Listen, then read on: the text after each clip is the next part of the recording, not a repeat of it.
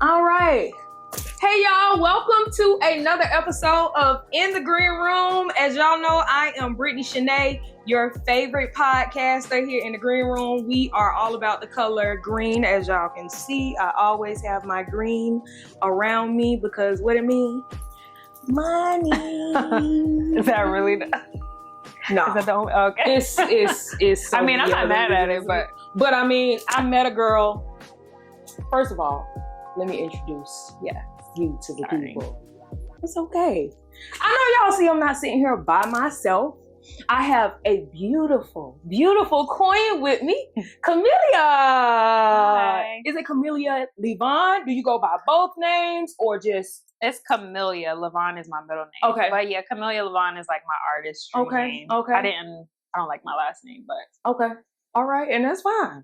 So we have Camellia in the room. Give it up, give it up, give it up. Thank you so much. Thank you so much for coming. Thank you so much for responding. Some people didn't respond. And that's all good. That's between you and you. I ain't gonna hold it against you. But no, I really appreciate you coming in, sitting with me in this artist space. This is beautiful. I love it. Thank you. This is like my favorite space in the whole wide You be world. doing yoga in here and stuff? Yes, I do. This is beautiful.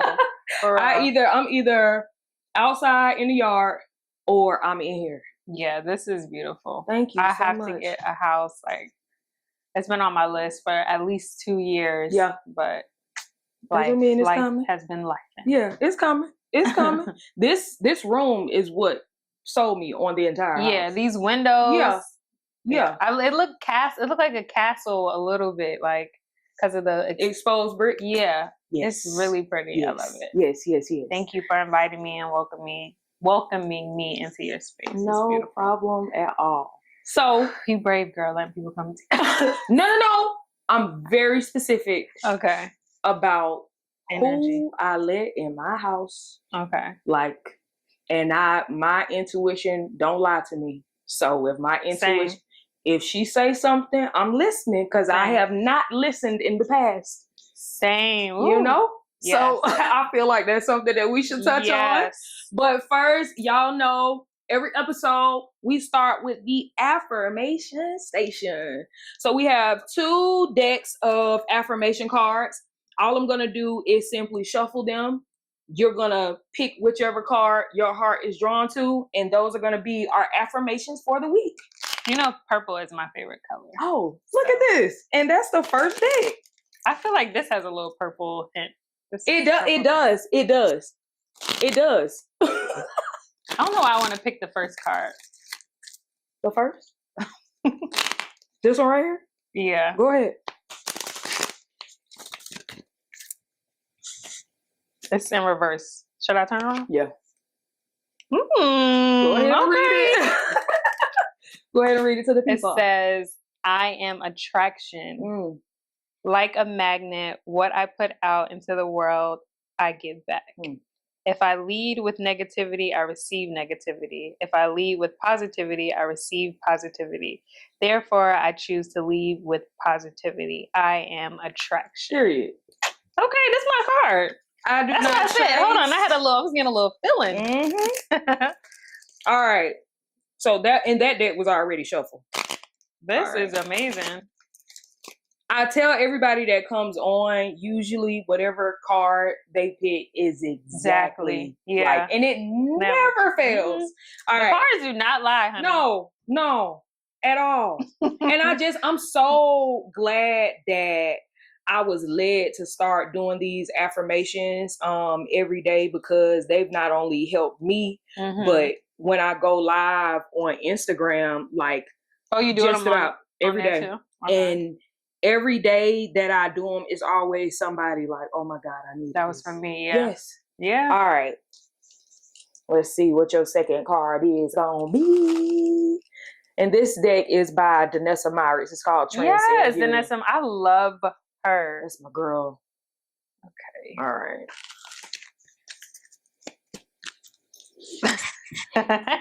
Okay, Danessa Myrick. Okay, this one says, Do I read the top two or is that just the name of her cards? No, you don't have to read the top. Yeah, Okay. that's what it's name. I am inviting new experiences to alter my reality. Yes, Wow. I am. And you just said this was your first time coming and doing it. Wow. Yep. I am. I'm ready. I'm ready for all the newness. Yes. I am. I'm rebirthing myself. Yeah. Again. That's the space. No, listen. After so many, multiple times. What life are you on? Honestly, I don't even Lost know. count. Yeah. I've lived so many lives. I'll play around and I say about the fourth, but ain't no telling how many lives I'm thinking 7. Yeah. And then my hair, when I change my hair, that's no. This is my first time doing like color. It's so pretty on you. Thank you. Because I'm usually black, jet black. Yeah. I've done red before, but jet black me was my thing. Yeah. Blue black. Yeah. The darkest. The darkest of the dark. Read your affirmations one more time. Okay. So the first one is I am attraction. Like a magnet, what I put out into the world, I get back. If I lead with negativity, I receive negativity. If I lead with positivity, I receive positivity. Therefore, I choose to lead with positivity. I am attraction.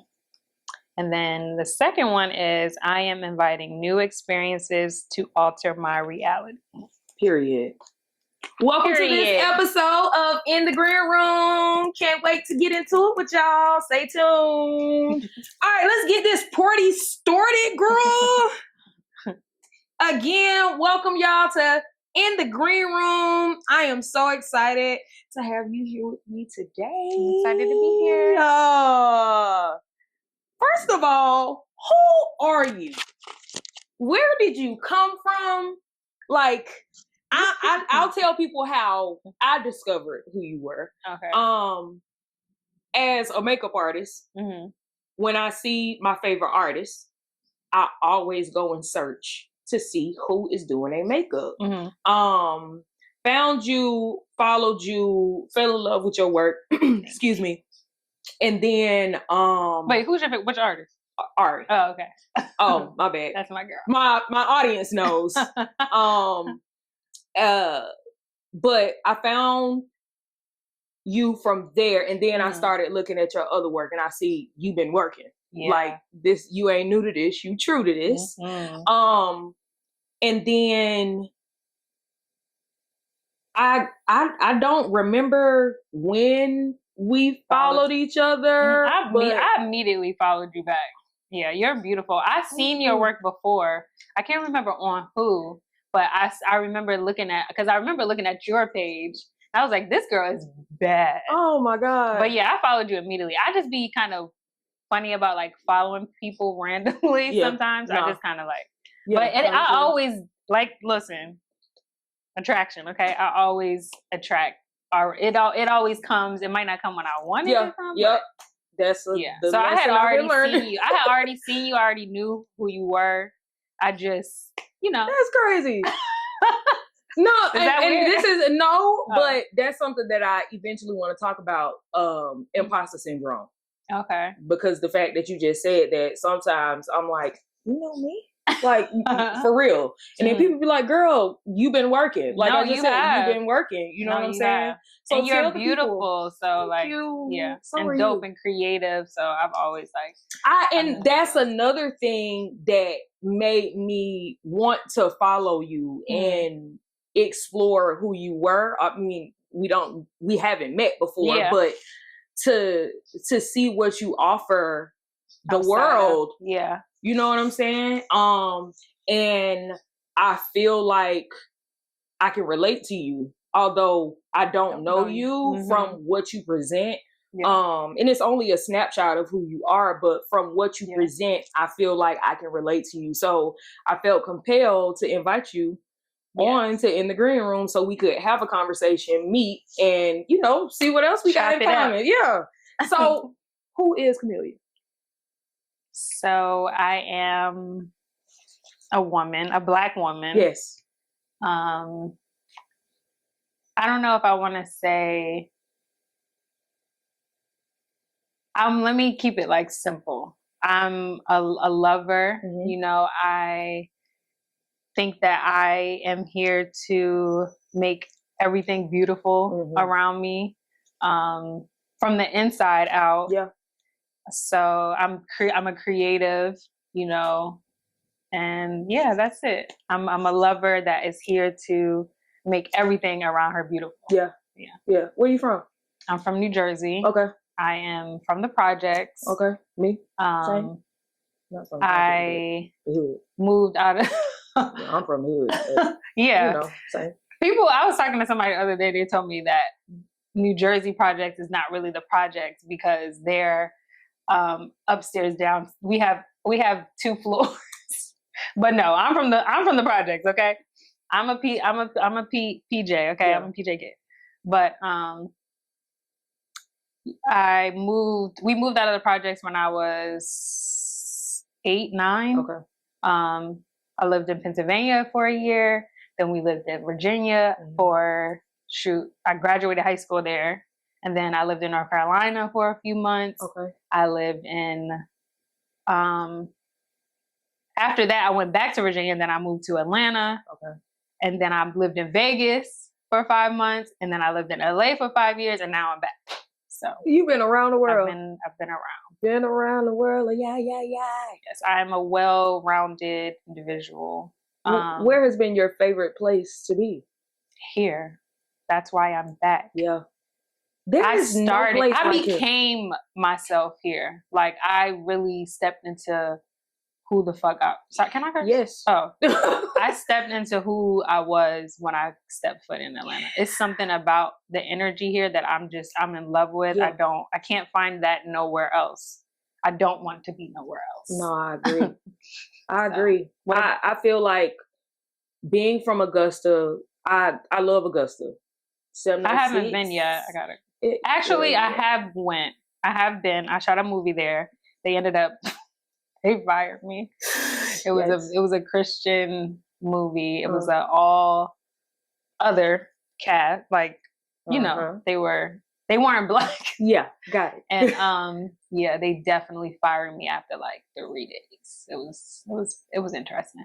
Yikes. Definitely a lot of I had to read a book after that experience on what is it called? When they are not direct. Passive fucking aggression. Girl, I had to read a book on it because the shit that they were doing, it was ridiculous. Yeah, I hate that passive aggressive shit. That is, I need you to be either passive or aggressive. Same. Or don't even be passive. No, be aggressive. I don't need no passive. Yeah, just be aggressive. Just be upfront, straight to it. Yeah. I'm straight shooter. Yeah. I'm going to tell you exactly what it is, how I feel, when, where, how. Yeah. But yeah, it was crazy. It was sick. But I was happy to go, though. They still paid me, so I was like, all right. Oh, good, right. As long as the check clears. Yeah, it cleared. When's your early, too. February 21st. Okay, I'm a Pisces. So you're a Pisces, okay. Yes. I have one Pisces friend. What's your sign? Libra. Oh, okay. So you're fun. Yeah. Libras are fun. Yeah.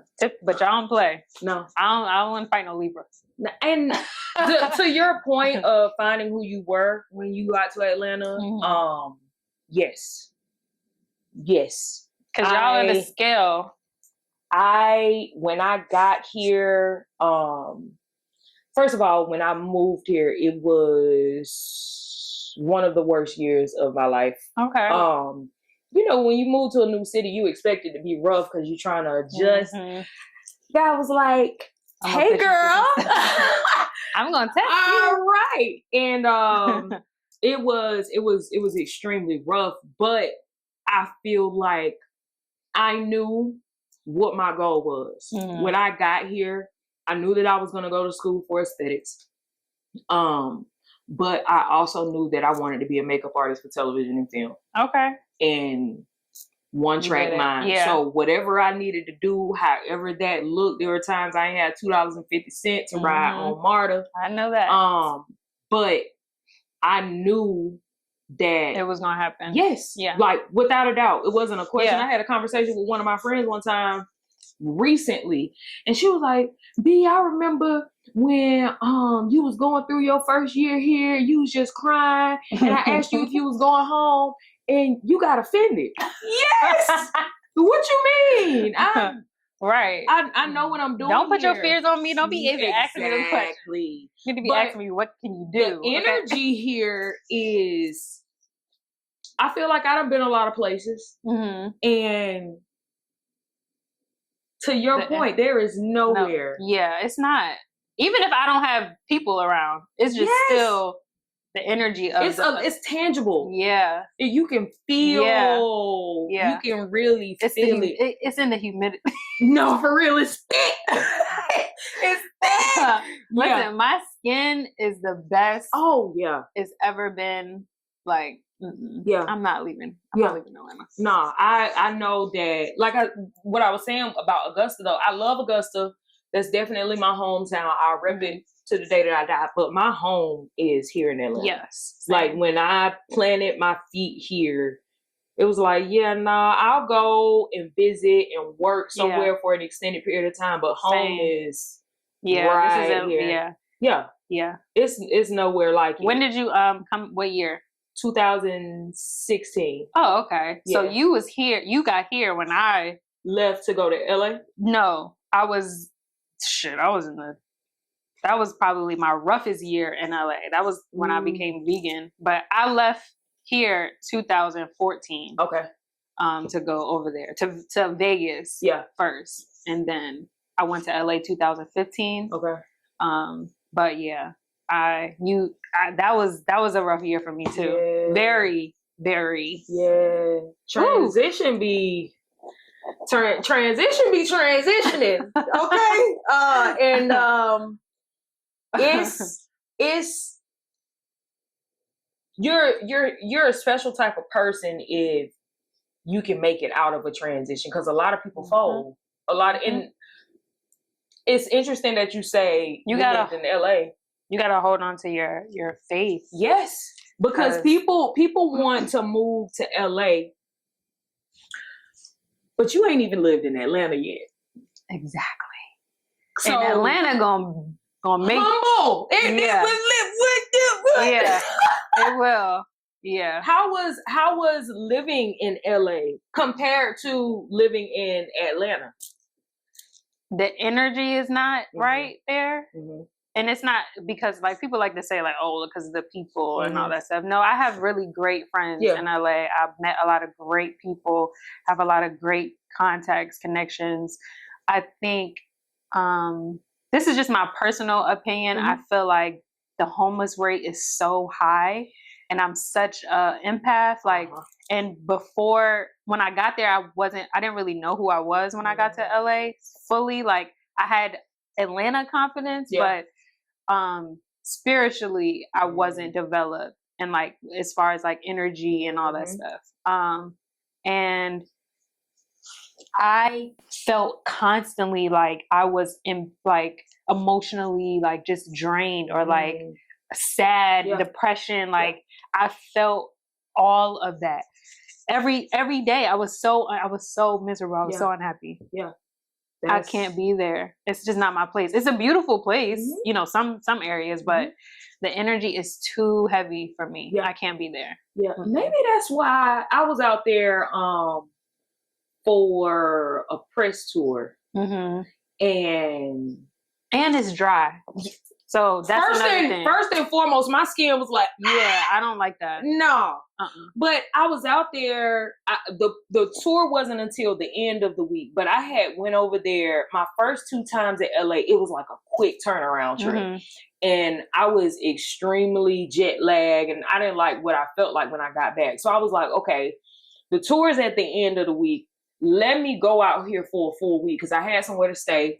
Wasn't worried about that. So I got to really experience the city the first few days. By the time day 5 came around, when I had to, I was like downtown. No. Just like I was staying outside of LA. I was in Burbank. Oh yes, okay. That's where I first lived. Really? Yeah. When I moved there. It's boring in Burbank. It's beautiful though. It is. It's calm, but it is boring. It's boring. It is boring. I was taking walks like la la. But by the time day 5 rolled around, I was like, I know it's time to work, but I'm ready to go. Yeah. And day 7, day 7, I was like, yeah. Get me up out of here. Yeah, nah. Because I like being bored. Bored in LA is different bored here. Yeah. Like, I mean, I don't really get bored, but there you feel bored. Yeah. You feel miserable. Yes.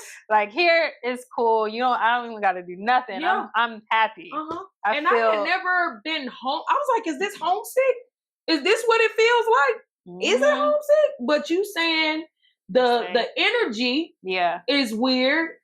I wasn't spiritually developed back then either. So maybe that's what it was. And I just didn't really recognize what it was at that point. Yeah. But yeah, it was a good time. I'll go visit. Same. Visit. I go back all the time because I have a lot of still my same people and I work out there, but I would never live in LA. Yeah.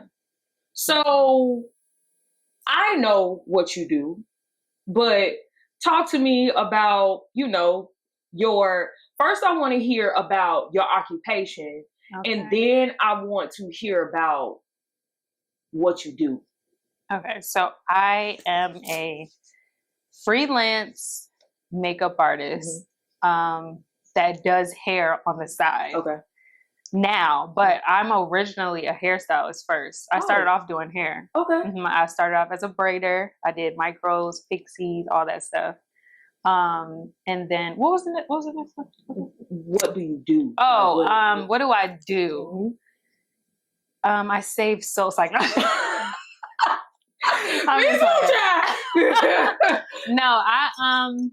so I do hair, I do makeup. I used to do custom designs like clothes. But I don't do that anymore. But I do help with like,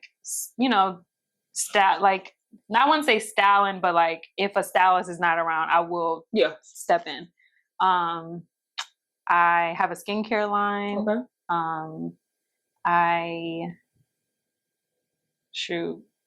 I sing, I write, I draw.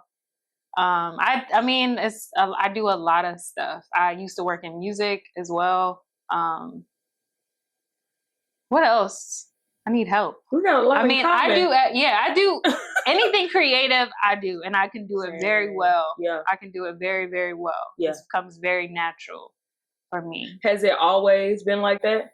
Yeah, always, because it was also an outlet for me because I'm so shy. Yeah, I'm talking about like so shy, like I can't even. I'm still like trying to break out of that. But yeah, I was so shy. My mom's an Aries, so she's like such a people person. Yeah. She used to hate it. I used to get on her nerves. Because y'all are polar opposites. Yeah. But yeah, I used to be so shy. So like I would my personality would come out in my creativity. So but, were you the type of shy that it was only shy in certain things that you did, or was it across the board? It was everything. Like my mom is a domestic violence advocator. So she had a lot of, she had a group called Yabi. It's called Yabi. It was Young Artistic Black Youth. Okay. And she basically was like, trying to like, help the girls in my area, my neighborhood to like get off the streets and not get into like toxic relationships and stuff like that. And, they had to, it was a dance group though. Like we had practice, we had routines, so we African, so we would dance the African music. Yeah. We would have African skirts, African scarves, stuff like that. And then we also did hip hop too. Okay. So, but I was like the mascot kind of, because I was still young at the time. I was like, 5, 6, 7, 8. And I just was so shy. Like she would give me a little routine and I would be so nervous. Yeah. Like, oh my gosh. I wish we had some of the tapes because we used to have them all on cassette tapes. But you could tell I'm just shaking, like doing these. So would it disappear by the end of? No, wow. I was just so shy, just so nervous. I don't know. I still get that. I even so I tried to force myself because I secretively wanted to be a singer. Okay. I just never told anybody because everyone in my family does music. Like my brothers do music. Yeah. They both produce, sing, rap. One of my brothers, he tried to act like he can't sing, but he can sing his ass off. Yeah. My dad is a singer. He DJs. He dances, like everything. Yeah. My sister is both of my sisters can sing too. One of them tried to act like she can't as well. Right. But my oldest sister has done music all my life, sing. So like, I felt like that I should be quiet about it and not like try to pursue it. But so I kept it a secret, but I definitely wanted to be Ari Lennox. Yeah. Okay. So, yeah.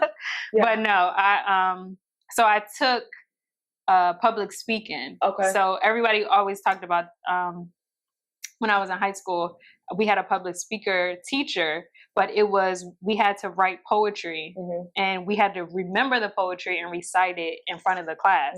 Now I was a beast with the writing. Yeah. But when it came to the performance. Getting up there on that.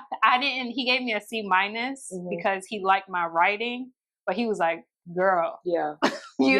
When you get on top of it, listen, when I would get in front of the class, it was like I had dyslexia. Like I couldn't. Oh wow. Yeah, it was that bad. It's so bad. Yeah. Then another time happened, like later on in life, once I like actually became like a solidified celebrity makeup artist, my best friend started a makeup line and she had me come and like she wanted me to speak. Woo! I wrote a whole speech. I had the whole speech and I had it in my hand. Why I didn't read anything. I didn't read nothing on that thing. You know what I did? I started talking about God, Lord. I started talking about God. I said nothing about my career. I don't know. Something is just, I don't know. Wow. I'm not going to say I don't know. What I realized is it's so much energy that's going on and so much being like, swayed towards me. And I'm such an empath. I'm just feeling and I don't know how to process what I'm feeling, what I should, like where I'm at. I just I go somewhere else. Yeah. It's a lot. I can't do it's not for me. Oh man. I think it's amazing that like I like just being on tour with Ari and watching her every day, like how she snaps into it, how she's able to like I was telling her this, I'm like, yo, like you're powerful. You don't even know, like to be able to take in all that energy and like let that fuel you and like, woo, I can't do it. It's not for me. But I'm thankful to still be around it and like see it and witness it. Like I'm very thankful for that. And you're able, I feel like being so talented, you're able to kind of transmute that into another place. You're able to, you're still using those gifts. Yeah. You're just using it in a different way. Yeah. So it's not going away. Yeah. That sucks though. Yeah. I when I was in elementary school, I would be so nervous that it would cause me to itch. So my scalp would itch like really bad. No, and I would get to the point where I would shake so bad. Yeah. It's I crazy. would shake until I opened my mouth though. And then once I started actually doing it, the nerves would kind of fall off. And now I've gotten to the point where, because I'm a singer too, when I sing, I don't get nervous. So are you singing in front of people? Yeah. Because I sing now. And I got a microphone, speaker, amp. I be in there. Listen, so you can go crazy when you by yourself. Oh, when I'm by myself, it's so I be crying and everything. It's such a release for me. Like I get chills from my own voice. Like so all day long. I'm by myself. Woo. I mean, my brother be in there hearing something. Yeah, okay. So when you're with somebody you're comfortable with. Yes. Got it. So I think for me, the fact that I don't know these people. You're not attached. Yes. Ooh. Now, when I'm in, I have definitely, I've definitely performing or presenting something to people that I love for the first time. I feel like, ooh, to people you love. Yes. Okay. And maybe it's the attachment. Like, I'm emotionally attached to these people. And I care more about their judgment than I would somebody that don't know me at all. Yeah. But I get nervous, really nervous, if I'm doing some type of something where I have to remember. Like, I used to do theater. Okay. And when I was in college, there was a musical that I did, and lyrics. I'm a theater kid. I've done High School Musical. I've done this show called Susical the Musical. All of that. But because I had to memorize these words. Now, when it comes to song lyrics, I'm trash at knowing song. Girl, I will, but because I'm an entertainer, I'd be like, y'all know I don't know these words, but I'm gonna say whatever, you know what I'm saying? But when it's words that are on a paper that somebody is depending on me to say the right words before they say their right words, and it's a extra level of pressure. Is it because you can't attach to it? Is it because you don't? Because it's not coming from you. It's not coming from. You know what I mean? Yeah. That's like this not even me. This is not coming from me. So this is hard to. That might be it, because in singing, it gotta come from you. It gotta come from you. I think that's what it is, and I'm portraying somebody that's not me. And because it'd be me writing it, and I can't attach. It'd be me. This is my words, and I don't know what this is. That's crazy. Yeah, that might be it, because it's not coming from you, because you're such a creative. Wow. I never even considered that, because I could never figure out what it was. But the shaking that I used to get when I was little, it would continue on. So the whole time I'm nervous. Now, since it's a musical, you don't want to mess it up, too, And now, since it's a musical, now when the song come on, I'm finna turn up. Oh, you won't get all of it. But when it get back to the words, it's like, What did you want to be when you were growing up? Was it just a singer? So I wanted to be a singer, but I wanted to have like a fashion line. I also wanted to build homes. So that is what, like, everyone kind of knew me to my dream. I wanted to do fashion, and I wanted to build homes. So when I was in I want to say the 4th grade, maybe the 4th or the 3rd grade, one of them grades, I used to build models out of paper, like whole communities, houses out of paper. I would cut it up, make the layout, make the floor plans, like blueprints, basically. Didn't know what I was doing. I just was creating stuff, like on downtime in class. And then next thing you know, other people in the class started doing it too. And then we started so like whenever we would have free time, the teacher would just allow for us to do it, because nobody was getting in trouble. We was quiet as hell. So that became like a thing that we would do in the class. And girl, the principal would come and visit. Other teachers was coming to watch and see, like, who the hell done started this? Yeah. So one of the teachers like told me like what it was, that it was at first she said engineering, and then she said architect. So that just like stayed with me. And then when I got to high school, I seen that there was architect electives. So I took architect 1, architect 2. Dope. I was in all the business classes. I took wood shop. I even was like, I was usually the only girl in all these classes too. But I took all of those classes. That's really what I thought I would do career-wise until I got to college, and it was like, you gotta have all these maths. I was like, I'm gonna sit this one out. You gotta have all these maths, all this stuff. But really, it's crazy that you even have to do all of that when, like, because all the architect classes that I was in, all you do is punch in the numbers and it does all the work for you. Like you really don't do nothing. Like we was doing nothing in that class. Yes. I mean, I was getting A's every semester. It's so easy. Yeah.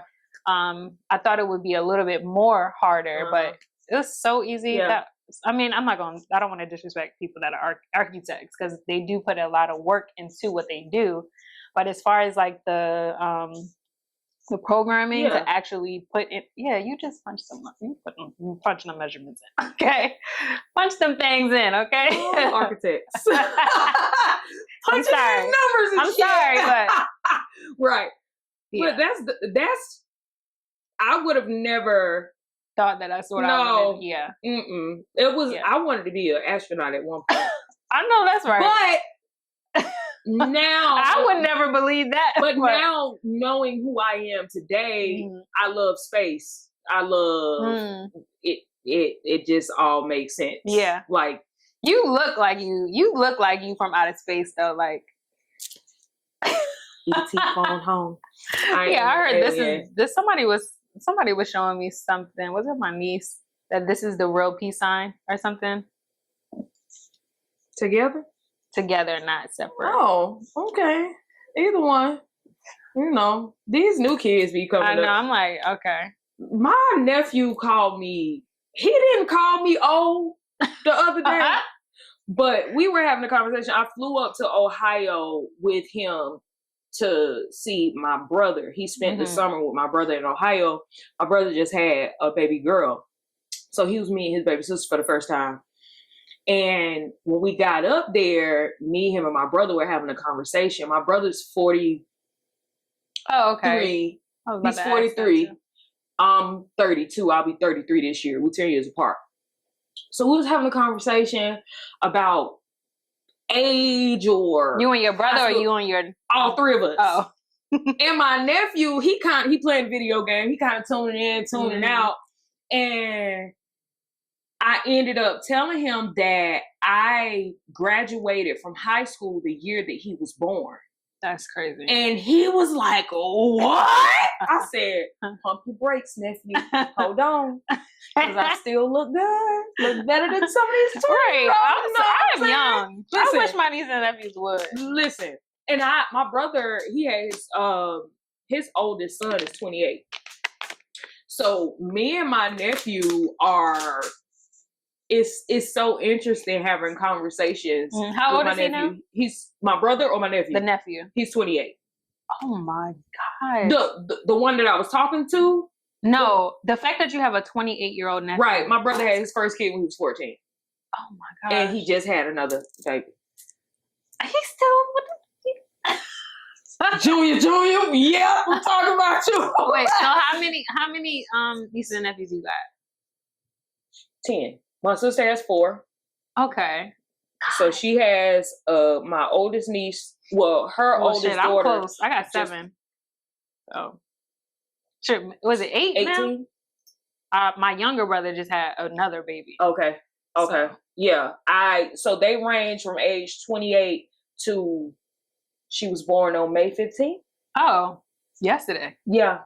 So yeah, same. What a gap. My oldest nephew is 22. Okay.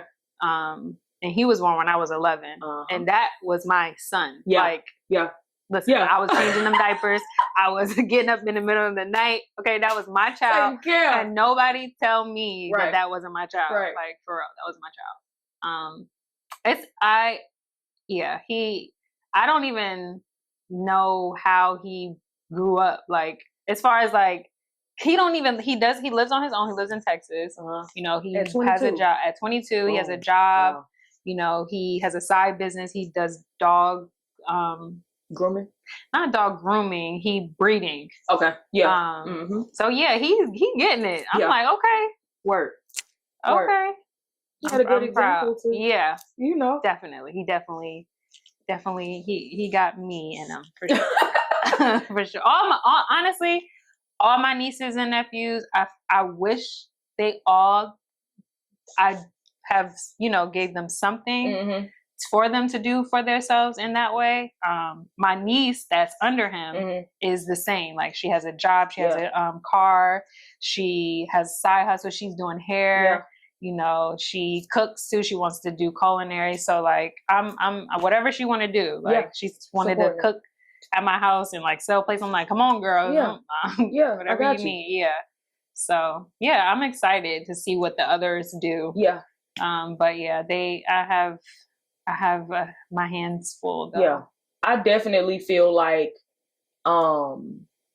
every time I see a different one of my nieces and nephews, I find out something else that we have in common. After I left Ohio, my nephew that's up there now, my brother called me on FaceTime and he was playing JID. And I'm like, like, wait, JID. JID. Oh, okay, because I'm like, hold on, because that, when you said that though, that sounded like somebody from back in the day.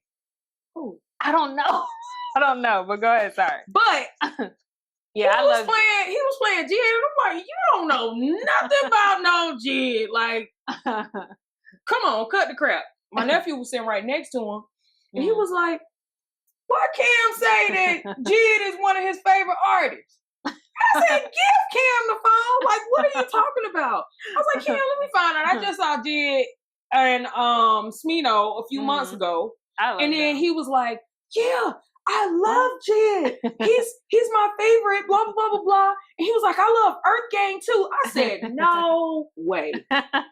No way. Like, those are two of my favorite. Like, I feel like at the rappers of this generation, those are two that I could relate to the most. You know, and to find out that they've stretched from, I'm 30, almost 33 to 14. That's 20 years, you know, but they're still reaching. So I was like, that's really cool. My niece that's living with me right now, she is a bomb makeup artist. I know that's right. Like, she's in school for like forensics or something like that. So but she's into, is she into FX and stuff?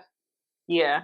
I mean, when I see her doing different makeup looks and I look back at when I was starting out and I was playing around with all these, it's like, yo, and then we look like twins. Like, we have almost the same face. Yeah, I have a niece like that too. Like, what? And it's crazy how genes just jump around and they just land where they land. But it's so dope. I have a niece that's interested in theater. I have a nephew that he does art. I don't consider myself an artist, like by painting and stuff like that. No, you are. But I am an artist. Yeah. But because painting a face, I mean, that's that's artistry. But there are all of my nieces and nephews. Like, I can find something that it's something there, and I think that's so cool. Nurture that. Yes, and I make sure that I tell them, I communicate with them, first of all, that college is not the only way. And it's not about the money. Correct. That let yourself out and let yourself go. Yes. That is like something that I always tell my nieces and nephews. Like, you have to release, because you ain't talking. I know you ain't talking to your parents.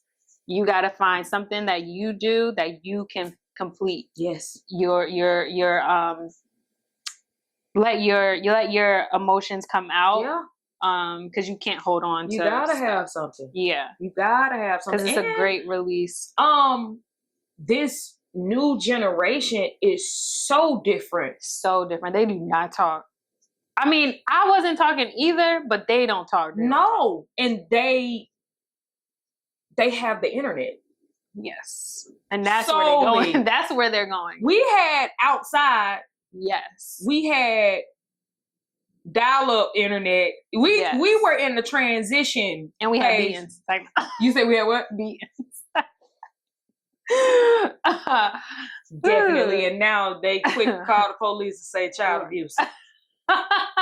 you know, but you know, some of it was, but yeah, no, for sure. But it's really different, and I find that I'm so happy that my niece came to live with me at this age because I remember how I felt at how old 20. is she? She just turned 22. Oh, okay. She just turned 22.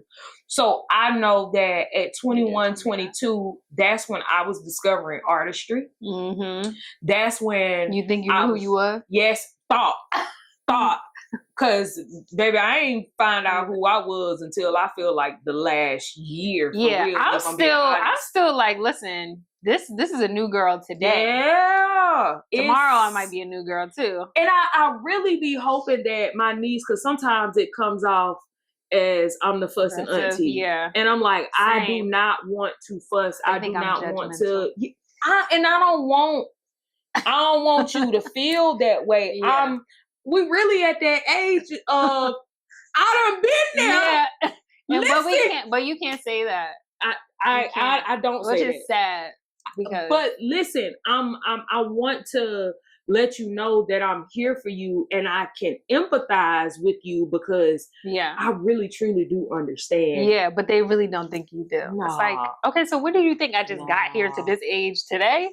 I ain't been baby girl, listen, I had to tell her one time, like, look, you be asking me questions sometimes and I'm still trying to figure it out on my own. Like, so when I can't give you the answer, I don't want you to get upset with me. Yeah. You got to understand, we're growing up together. Let's figure it out together. Yeah, we really are. We're only 11 years apart. It ain't that, we not that far apart. Right, yeah. Baby girl, we let's figure this thing out together. It's funny you say that because my niece that has a job and all that stuff that doing hair, she called me when I lived in LA, and she was young. She was much younger then, but she had like a crush on a boy, and I can't remember exactly how the story went, but I think like he made it seem like he liked her, and then he ended up liking her friend or something like that. And she was crying on the phone with me, and she asked me, why does he not like me? Like, am I not pretty? And when I say I cried so hard because I'm like, I didn't know how to affirm her in a way that she would believe it, because I also too related kind of. And I'm like, listen, I just told her like, I've been there, I've been through that. And I just told her like, he's just not for you. That's not for you, but you are beautiful, you know, and you'll see that. Yeah. And you probably don't even like him anyway, if you really got to know him, you know? So that stuff like that, I'm so bad. I'll get so emotional. I'll be crying like, Lord, what am I going to do when I have kids? Yeah. It's so sad. But I just try to be like super vulnerable. Yeah. Like, I think that's but honest necessary. Too. Yeah. Super honest. The vulnerability piece. Yeah. They got to see that you are human. Right. You do emote, because I feel like for me in my growing up, the people in my family, it was so like tough. Yeah. Yeah. Right. My mom would be like, girl, shake that off. My mom from Brooklyn though. So she had the nurturing and all that stuff still. But she had Aries. So she was like, girl, you'll be no, shake that off. Let's talk about it. Let's like, girl, you wear your heart. She used to tell me that all the time. Girl, you wear your heart on your sleeve. Girl, you wear your heart on your sleeve. Girl. Like, well, I guess. Yeah. Yeah. I'm a Pisces. I feel like that's if you learn how to control it and have boundaries. Yeah, boundaries. Yes. Boundaries. Listen, people, boundaries are boundaries. I didn't learn what boundaries was until I was 27. Yeah. And I learned it in college. in esthetician school. So I ended up going to esthetician school, and she had a whole. I still have this sheet too, because I was so amazed. I'm like, oh, boundaries is a good thing. Yeah. Because I thought when I heard boundaries growing up, it was always, we don't got no boundaries. You know, we don't got we everything is ours. Yeah. You know, not. I can have my own stuff, and I can have my own time and space and energy and thoughts and ideas, and they just be mine, and it's fine. Like, we don't have to let me go. Yeah. So I didn't know that boundaries was a positive thing. I looked at it like negative. Yeah. I read this. We ain't got no boundaries. What is it's boundaries? Okay. No, boundaries is amazing. They're necessary. Yeah. 100%. I was mad when I found out they was positive, because I'm like, why have I been living a lie? Yeah, and people have been telling me the wrong information. Yeah. So what else y'all been telling me that's wrong? Yeah. You know? So let me go and do my research. And find out how I need to live. Yes, for my life. Yes. Because at the end of the day, and this is what I preach to my nieces and nephews, to younger kids that come in, you are the only one that's living your life. Yeah. You don't listen. Yes. It ain't nobody else inhabiting this body but you. And I don't owe you nothing. No, I'm gonna be here for you, but I don't owe you. Correct. That's exactly what I tell my nieces. And that's, I mean, of course, in our 30s, you really figuring it out for the first time. You making so many discoveries about what you were taught that was bullshit. Yeah. And a lot of it was programming. It was suppression. Yes. And I'm so grateful to be in the place where yours on, mine on. Sorry. No, you good. We good.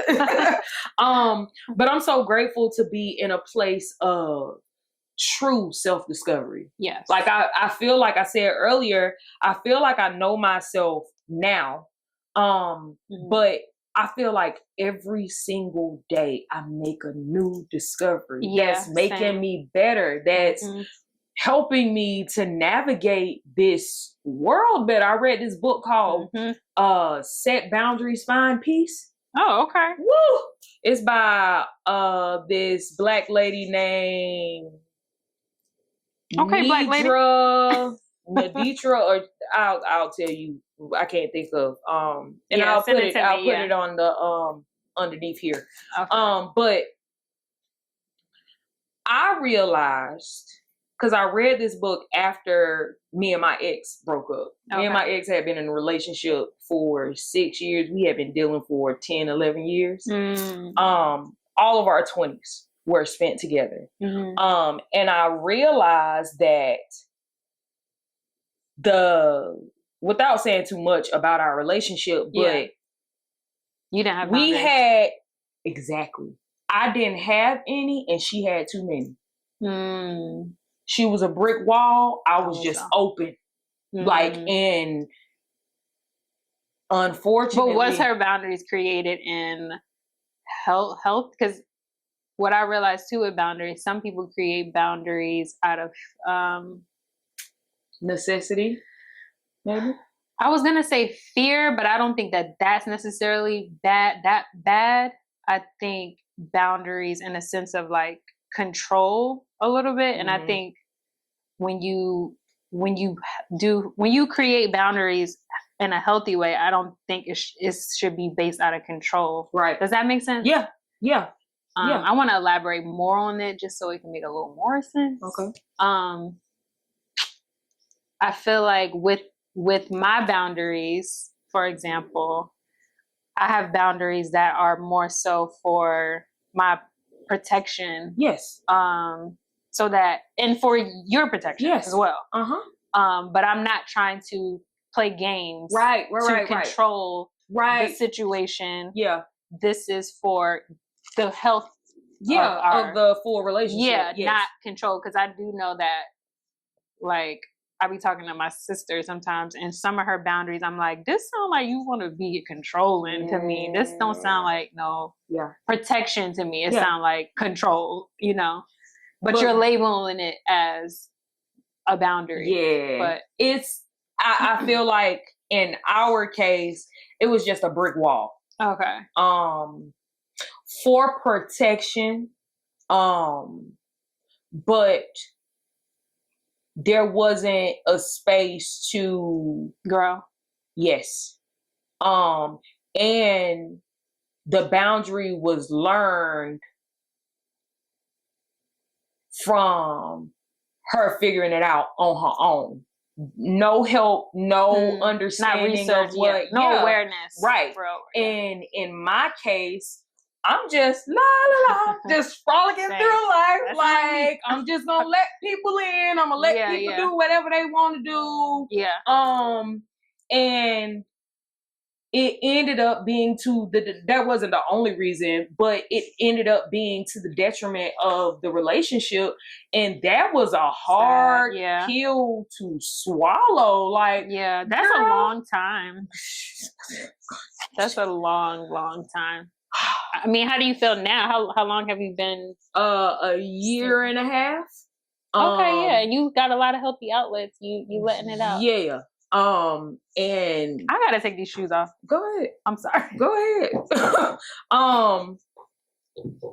It was initially this thought actually came to me last night.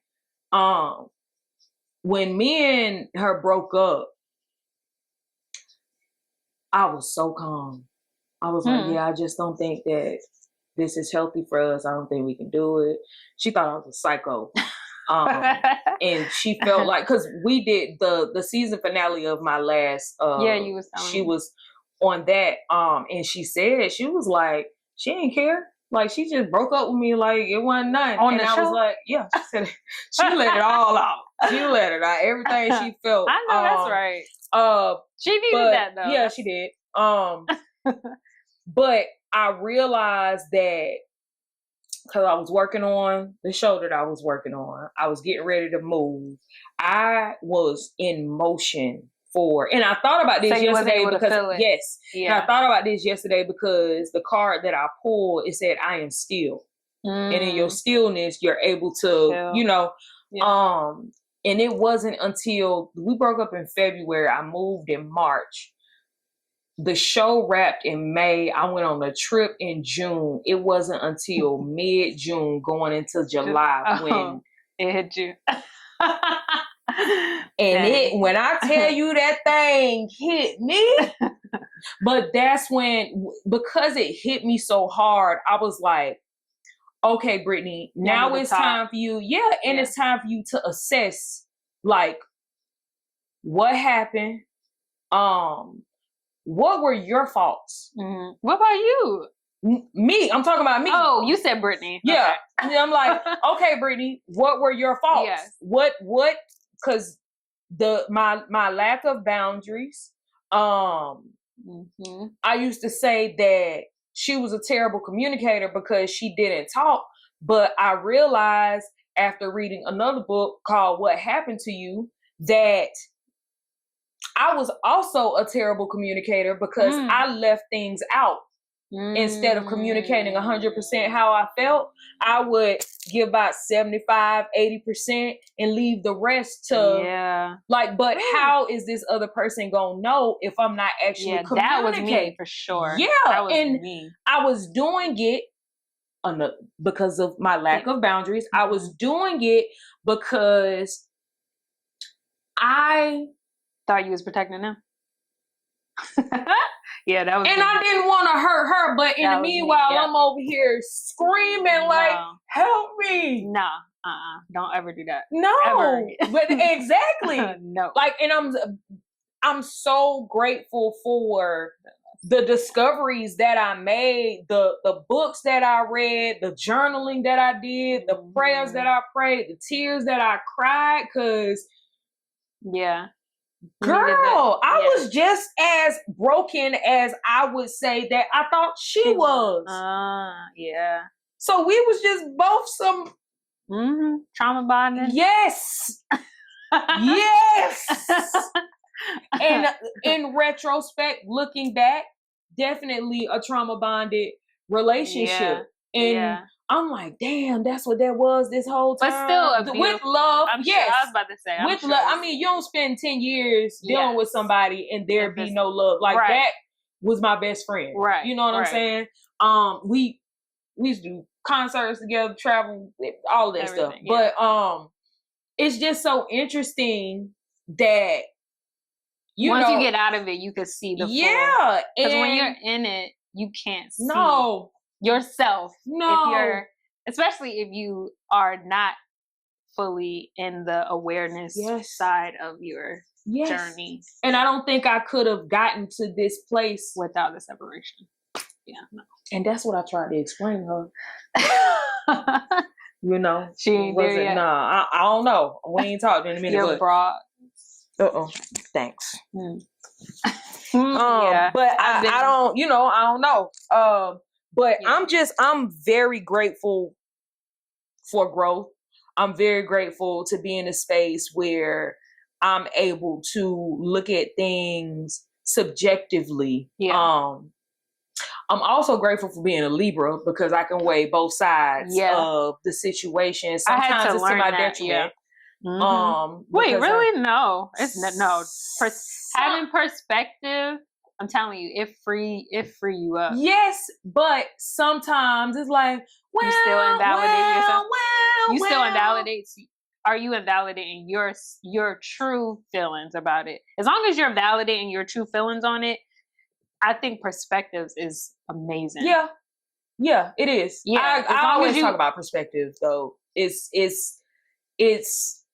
because it don't matter. I mean, this is the thing. At the end of the day, like, you can have those perspectives, right? And you can have an understanding of everything, all sides, whatever. But this is my feeling about it, and this is what I feel, and this is what I want, and this is what I don't want. At the end of the day. But I get it. I get the perspective. I get all of it. Right. But this is what it is. That's helped me navigate dating. Absolutely. Same. It's real ghetto out here, but nevertheless. I think I'm coming to your side of town because, listen, something is wrong with the men. It's scary. I'm terrified. I'm really not. But because you know what it is, because I work with women, I meet so many like I see the courage more, I see the heart more in women than I do women. I don't see the heart. The heart is missing out of these men. I don't know where it's at. I'm not trying to figure out where it's at either anymore. If you don't got it, I'm over here. You can stay over there because it's strange. I don't know where. It's at least women have the heart though. You know what I'm saying? Sometimes. Oh shit, I ain't been to that side, so I don't. Sometimes I'm wherever the wind takes me. If I fuck with you, I fuck with you. Yeah, okay. But I tried not to be negative when it comes to my perspective on dating because words are powerful. However, no, same. You know what it is for me, like when it comes to that, like, because I was gonna say that too, like, they say like what you attract is what you are and all that stuff or whatever. I find that to be semi-true because I've done the fucking work and I know I have, and I face myself every single day, and I'm finding new things every single day, and I'm still vulnerable in my space, and I'm able to, I give people chances, you know what I'm saying? So am I allowing for people to come in? No. So I don't think that I'm attracting, I think I'm more aware now, and I'm seeing things, and I'm like, my boundaries are very blocked in, and I'm not allowing, like, I'm dating. I've been on dates. So I'm not gonna say I'm dating. I've been on dates and I have conversations and stuff like that. But like, it's be things, and I'm like, yeah. And I tell them, yeah, like, listen, I don't think this is it. And I'm a firm believer in getting what you want. Yes. Same. One thing that you said though, about the saying you attract what you put out. When you live in light, you gonna attract both. Yes. Absolutely. So that is true in a way, but I think it's if you stay and if you cultivate something and you make it a thing, then of course, come on, that's you. But if you're gonna attract, like you said, everything, you're gonna attract everything. And it's just as much light as you attract. It's gonna be a whole hell of a lot of dark that come because people are energy feeders. Like, and that's something that in these past few months, I want to transition into makeup artistry. In these past few months, I've been out of work. Same. This strike, no. But this strike has, because you work in film. Yes, this strike has really like shifted a lot of shit for a lot of people. So I've been, of course, freelancing. I picked up a part-time job at a gym, but I've been spending a lot of time, girl. It's no. It was more than I wanted to say. Sorry, go. But not being at work has granted me a lot free time. Too much. No, I know it's not because I know that once it start back, it's gonna go. It's gonna go because even in this past couple weeks, and your check might be bigger. Correct. Okay. So I ain't turning none of it down. Call me, whatever. My resume long. But I have had a lot of time for introspection. So I say that last summer is when I really started being able to feel the effects of, my breakup and, being on my own for the first time. So I feel like I've been healing up. I've been healing up. But February until now, my growth has been exponential. Like, I feel like every single day I'm learning not just one thing about myself, but multiple things about myself. And I'm able to take that and say, actually do something. Yes. Yeah. Apply it. Maybe, that's why I reacted this way to this. Yeah. And this I mean, you got a lot of years to that's a long time. I mean, what? Yeah. Like, and are you like overanalyzing every little situation? No. And not just the relationship, but in life, things in my life. Okay. Like, I've been through, and that's why when we were talking about a book, a book definitely needs to be a part of my testimony because I lost my very first girlfriend. Like, she passed when I was 24. That was something that in my Rolodex of things to happen in my life, like, what? Yeah. And I've dealt with a lot of loss in my life. I've dealt with a lot of traumatic experiences in my life. And I always think back to, how did you make it through? Yeah.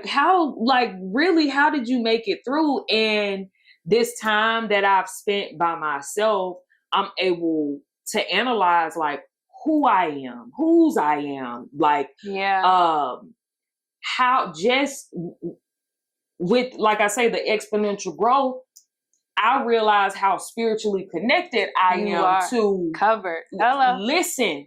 And I see, even in times where I had no idea, that's what that was. And that's what it was revealing, and that's what was being set up for you. Yeah, it's interesting. Like, what? Man, I'm really grateful for the process. One of my mentors back in the day, she said something that was prolific to me. Don't rush the process, trust the process. Yeah. Like, Simple words. Yeah, I would meet. It's so funny. So I'm writing a book. Mm-hmm. It's done. Okay. I'm just waiting on my editor. Yeah. So, damn, I forgot my thought just now. Oh, I met so many people along my makeup career journey. Like, so when I lived in Vegas, I never saw the same person twice. Okay. Because it's a tourist spot. You know, it's different people coming there all the time. Every woman I met would say something to me that just kept me, like, I'm talking about, and they didn't even know that what they were saying to me was something sent just for you every day. Because that at that time I moved from Atlanta because I was running from my family. Really, I wanted to get closer to LA, but I was running. Yeah, my family at the time. I was 22, I think 23 maybe, and we all lived in one house together. So it was 10 of us in a 5-bedroom house. Woo! And I was the only one that had a car. I was the only one that was pulling in the majority of the money. And it was a lot on me. Yeah. And I broke down. Like, I was like, I can't do it no more. I need help. You know, my sister was pulling in some money, but it was on me. It was on my back. Yeah. And I wasn't ready. Yeah. Like, I was still young, and it was at the beginning of my career. Yeah. But it was so crazy because it was literally the very beginning of my career. I'm talking about, I had only been doing makeup for a year, but I had celebrity clients already. I was already traveling for work. I was doing movies, everything. But I had one slow season, right? And when I say I was so angry, but I felt like I wasn't allowed to be. Yeah. And because I asked my family to move. And when I say they would ask me small stuff and I was like aggravated. Yeah. And I started to resent them. I was harboring all these feelings, but I did not know how to say it properly. Articulate. And then when I broke down, they took it very well. And I told them, I'm leaving. Yeah. Y'all got a month out of me. Here go the money for the month. I'm gone. Yeah. And that's what I did. And when I got to Vegas, I was praying every single day. I was on my knees every single day because I was trying so hard not to hold that resentment. Yeah. And also asking for forgiveness at the same time because I was feeling guilty too, you know? So, when I say every day I was meeting a woman and she was saying something to me, I was like, God, thank you, you know? Because listen, I made the most money I ever made in my career when I lived in Vegas. Because it was the height of money, what's his name? Mayweather at the time was still in his prime. Oh yeah. So it was fights. It was shows. People getting married. It was every day I was making money every single day. And I realized that's when I really found the purpose in makeup. Because when I was doing it in Atlanta, it was a hustle for me. I never wanted to be a makeup artist. I didn't even know it was a career. Yeah, I didn't even know that was a career until I got to beauty school and a teacher was like, "Oh, you could be a makeup artist. You could work in TV and film and all that stuff." I didn't have no idea. Yeah. Makeup was never a part of my plan at all. But I've always been an artist and I've always done hair and I've always been creative. But yeah, makeup was not. It literally became a hustle in Atlanta. Because I was working in music and I was always around models and I was always around people. So I just started telling people, I'm a makeup artist. And that's how I was making some of my money. That's that delusion that you gotta have. You gotta say it and live it. And people was booking me. I couldn't believe it. Yeah. I didn't even have a makeup kit. You know what my makeup kit was?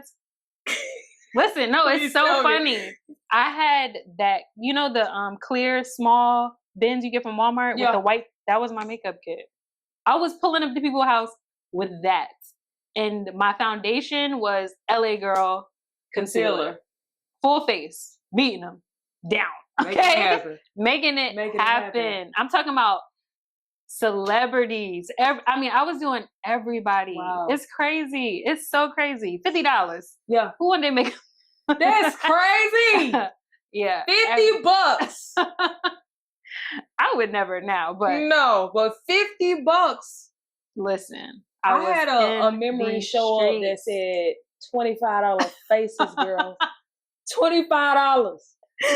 What about who? What? Yeah. $25.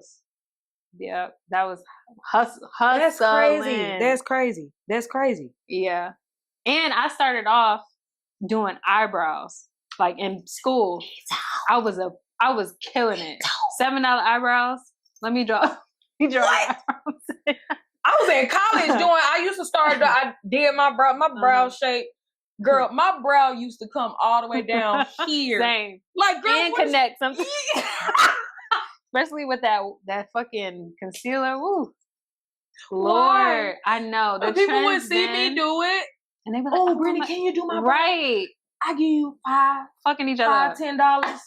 You know, you a broke college student. Yeah, $5. Right. Sure. Right. Absolutely. Right. So after the move, Vegas, making the most money. What made you come back? And sorry, I didn't mean to cut you off, but I was okay. So when I got to Vegas, that was another thing. When I got to Vegas, I had a little moment to like sit down and like actually structure my business. Yeah. Because I wasn't getting discounts or nothing like that on makeup. So I started to like learn the business for real. Like I got a NARS card and I got my MAC card and I got, all the cards for me to get my 40% discount that I didn't even know was a thing. And I got a kit and I got my light and all. Like I had a kit eventually when I got, because I was in Atlanta for 4 or 5 years doing hair and makeup. So I had a kit. I gotta backtrack for a second. Okay, so I met a woman at a job with my kit, right? Her name is Paris. I love Miss Paris. I love you so much. Thank you. You changed my life. But she was a salon owner and she had a makeup line and she was a makeup artist too. I met her. She was sitting behind me. I had just worked with she wasn't a celebrity, but her husband was like an NFL player or something. Okay. She had to speak at a event and Miss Paris and one of her homegirls was sitting in the back of me and I had my book bag with my kit in it and it was pouring over because it didn't fit in my bag. And she just tapped me on my shoulder, the lady, and she was like, what's your name? Like, what you do or whatever? And I was like, oh, I'm a makeup artist. I was like, I did the girl who's speaking makeup. And she was like, oh, you did a really good job. I was like, thank you or whatever. And then she was like, call me. She gave me her card. It said salon. It had a salon, all this stuff, makeup, all this stuff. I was like, oh, I need a card. Yeah. So I called her the next day. She had me come to her studio that day. She had a full makeup line, everything. She said, here. She gave me a full kit. I used her kit. I would pay her whatever jobs I would get, like a percentage. And that was my kit for a while until I started developing my own kit. So when I got to Vegas, that's when I really like started to develop my own kit. Sorry. But yeah. So I don't remember where I was going with this thought though. You backtracked because I asked about what was the transition or what was Vegas? How did you? My business. Okay. That was when I really developed my business and my prices and I set them like higher. Yeah.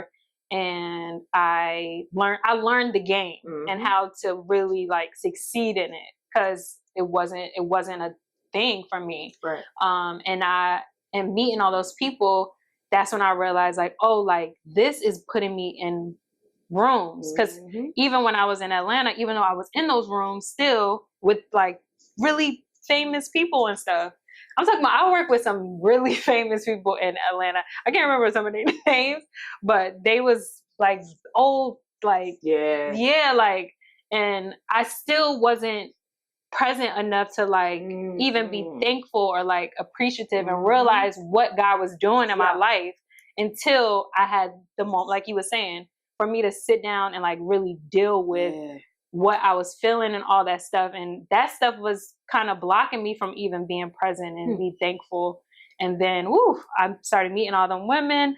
I'm on my knees every day. So that made me like, okay, this is giving me community. This is putting me in spaces that I've always dreamed of being, maybe not doing necessarily what I wanted to do, but I'm here and I'm doing it. And then that's when I started working on getting to LA. I was only in Vegas for 5 months. Right. I mean, I have made so much money. And so it made the transition a little bit easier. Not necessarily, because I still was like sending money home, and I moved with somebody, and then I had a car. I had a 2001 old school BMW at the time, and my car was giving me so many problems. So I had put a lot of money into my car, but thankfully, this is my transition to LA. It wasn't the smoothest because I was living on my friend's couch at first, but she was like a manager at a marketing company, and they were marketing Beats by Dre, and so she gave me a job, and I picked Burbank. Right, I picked the store location Burbank for some. I can't really remember why I did, but something about because I only seen the sign. I never even went to the city because she lived downtown. But I knew, I seen North Hollywood. And then I seen that it was close to North Hollywood. So I picked Burbank because that was the only location that was like close to North Hollywood that she had available. So I picked Burbank. And then a model that I had worked with on a shoot when I lived in Vegas was subleasing her apartment, right? So I had reached out to her because I had an interview for this makeup store, which I don't fuck with, but because they're super racist as fuck in West Hollywood. I had an interview to work there. Like, they called me, they loved my work. At the time, I don't know how your website looks now, but at the time my website had nothing but my work on it. It was like because I was trying to get signed. And it's more so about your work and not portfolio you. Based. It's portfolio based. So at the time it was just my portfolio. So it only had my work. You didn't know nothing about me. You didn't know what I look like, where I'm from, nothing. So they didn't know who I was. So I was talking on the phone. She loved my work, all that stuff. She gave me my over the phone interview, and then they had me come in for the trial. And the makeup art, the model who was subleasing her apartment, I used her. So when she came in, I did my work. I did my look.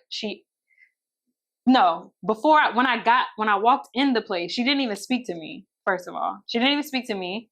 Then the first thing she said to me was, "Oh, you're not gonna need your makeup," or whatever. I had to use their makeup. Girl. So then, which was, that was fine to me. That was fine. So then, I did the work. She loved my work though. Like, loved my work. I had to do 2 different looks, and then she was like, literally that day when I was in there, "Oh, we already hired someone." I'm like, why did you just waste my whole time? Like, wasted my whole time. I was so mad. So that was when I got a little taste of LA, because honestly too, when I moved to LA, my idea, this is gonna sound fucked up, but like, I'm like, I want to work with the white people. Like, I'm like, I want that white check. I want to get in with, I want to be signed to an agency. I had all these, I wanted to get away from us. But that made me go right back. I'm like, nope, I'm only working with us. I don't want to work with them. If I got to go through this, I'm going to end up hurting one of them. So I just was like, let me find my Black women out here, and I'm going to promote myself for my girls. I'm going to do hair, and that's what worked out for me. But so about the girl, she told me about her apartment. She was leaving. She was going to move to New York, the model. Why was her apartment in Burbank? 6 minutes from where I was working. That's how shit worked like that for me. Yes. 6 minutes from where I was going to be working at. And I moved in. I was there. And then that's when my depression really kicked in. Like, I'm really out here by myself. Still. Woo! You were still. Yep. I started driving Uber, because that job was only on the weekends. I was making a lot of money, but it was only 2 or 3 days out of the week. So I started driving Uber. I started cleaning houses. on the side with this like app where you can pick your days and your hours with this cleaning service. I was doing Postman. I was doing everything, any and everything, everything. Okay, to survive out there, and I was drained. Yeah, depressed, I'm already knowing, miserable. Yeah. Okay, but I made it work for a good year. And I had a good long conversation with God one night when I was driving on New Year's Day. I remember I was in my car. It was New Year's night, 2015. And I even took a picture. It's going to be in my book. I took a picture of the street and I said, listen, I'm leaving. If you don't make something happen, I'm gone. I don't know why you got me here, you know? And it changed that whole year I was working. Whole year. Yeah, it's crazy. God funny. God is hilarious. God is funny. He's sitting there cackling. Right. Like let's see how long how bad you really want it. Yeah. Right. Yep. So Vegas and LA were vital to your career as a makeup artist. And when you got back to Atlanta, was that a smooth transition? Absolutely. Okay. Ooh. I moved back to Atlanta, COVID, 2020. So I kind of ran too back. I ran back. You ran there and then you ran back. Right. Because I was, during COVID, I have empathy for people who like had struggled during COVID and like lost people and all that stuff. But COVID was like the best thing that ever happened to me. Like, for real. It really was. Same. I got to be still. Yep. I got to deal with myself. I was able to be like in my real element. And I was able to breathe. Yeah. Oh my gosh. Yeah. And I was not worried. Like, thankfully I had money saved. So I didn't go through the process of like not paying my rent and all that stuff. I was still paying my rent. I was still taking clients, you know. Girl, we are in Atlanta. It was out. Atlanta did not shut down. Okay, because at all. Yeah, listen, when I say COVID did me good, COVID did me great. Yeah. And I said, and that's when I realized and it dawned on me, I don't have to be here. This is not where I'm supposed to be. I do not like it here. Yeah. And I need to be honest with myself about it. Yes. I can't keep like trying to chase. Because at that point, I wasn't even chasing anything. I was trying to survive. I was trying to maintain. And I didn't want to survive. I wanted to live, amazing. And not feel pressured to constantly keep it. Like I needed rest time. I had so many like amazing friends that were doing great things. I never got a chance to really hang with them like that. Yeah. Like I was always working on my birthday. They were always trying to loosen me up. I was so uptight because I was always in work mode all the time. And I didn't want to live like that. Like I wanted to be, one of the girls. Yeah. And I couldn't do that in LA. Yeah. So I had to go. I had to go. But yeah, I'm thankful for the experience. I'm thankful for all the connections that I got from there, all the friendships, everything. Like, I can't say that it was me. I can't say that anything else, was like that LA is such just bad place and all that stuff. Like if people are succeeding there, they like it, cool. It's just not for me. It's just not for me though. And that's real. Because a lot of people stay in these places to keep up with or appear as such or whatever. Listen, again, I did it. I conquered it. Yeah. Okay. And people could say whatever they want. Yeah. Because I left, but I did that shit. And I did that shit like ain't nobody else did it. Okay. Right. And you did it for as long as you knew you needed to do. And then you moved when right on time. But I'm sure everything was telling you it's time to go. Yes. Listen to your intuition, people. Your intuition do not lie. It does not. It does not lie. It was time to go. And when God speaks to you, a lot of times people think that God is going to yell, like, boom, like, no, it was subtle. But that's why it's important to sit your ass still. Yes. Sit. Yep. Sit. But you know what it is too? It's also be true to you. Be true to yourself. Yes. Like, I knew, like, I was leaving LA every year. Yeah. Honestly. Yeah. Like, I was never comfortable. I never stayed at like, even the sublease place. I didn't stay there for a whole year. I left after like 6 months because I did not want to be there. Yeah. And I left, moved into another place. I didn't even stay there for a year. Mm-hmm. So I was constantly on it, constantly moving, constantly. Yeah. I never stayed at a place longer than 12 months. Oh, yeah. And then I found one place that I actually did stay there for 12 months. And then I got into a situationship with somebody and that fucked it up. Yeah. So I'm like, okay, well, listen, I think that it's me. Mm-hmm. And I don't think that I don't feel at home here. Mm-hmm. I don't feel at home in my own self here. I have to go back to Atlanta because that is when I say I was the most confident, even though I didn't know what the hell I was doing. Yeah. I knew, like, I feel great, you know? Yep. Now,